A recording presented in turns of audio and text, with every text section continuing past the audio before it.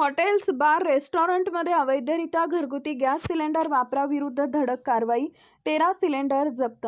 यवतमाळ जिल्ह्यातील हॉटेल, भोजनालय तसेच बार, रेस्टॉरंटमध्ये घरगुती गॅस सिलेंडरचा अवैधरित्या वापर करणाऱ्यांविरुद्ध प्रशासनानं कठोर भूमिका घेतली असून भरारी पथकांकडून धडक कारवाई सुरू करण्यात आली आहे. या कारवाईत महागाव, हिवरा, धनोडा, गुंज आदी ठिकाणांसह विविध हॉटेल व रेस्टॉरंटमधून एकूण 13 भरलेले घरगुती गॅस सिलेंडर जप्त करण्यात आले.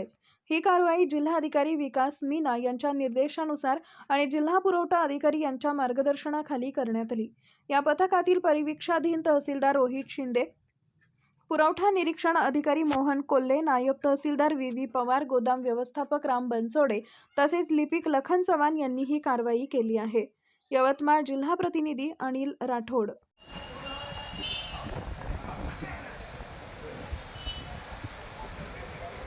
आज दिनांक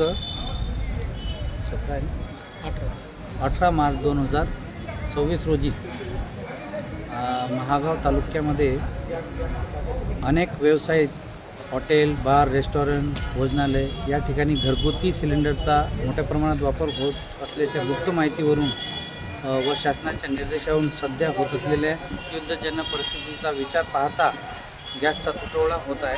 त्या निमित्तानं पथक गठीत करून मी मोहन कोल्हे, निरीक्षण अधिकारी तसेच परीक्षाधीन तहसीलदार रोहित शिंदे व नायब तहसीलदार व्ही पवार व माझे सहकारी लखन चव्हाण व गोदाम व्यवस्थापक राम बनसोडे या असं आम्ही पथक गठीत करून विविध ठिकाणी धाडी टाकून हिवरा, धनोळा, प्रॉपर महागाव, गुंज अशा ठिकाणून आम्ही जवळपास 13 व्यावसायिक ठिकाणून घरगुती सिलेंडर भरलेले, काही अर्धवट भरलेले जप्त करण्यात आलेले आहे. पुढील कारवाईसाठी मान्य जिल्हाधिकारी, मान्य तहसीलदार साहेब आणि अभयजी म्हस्के साहेबांना अहवाल सादर करण्यात येईल व त्यांच्या मार्गदर्शनात पुढील कारवाई करण्यात येईल.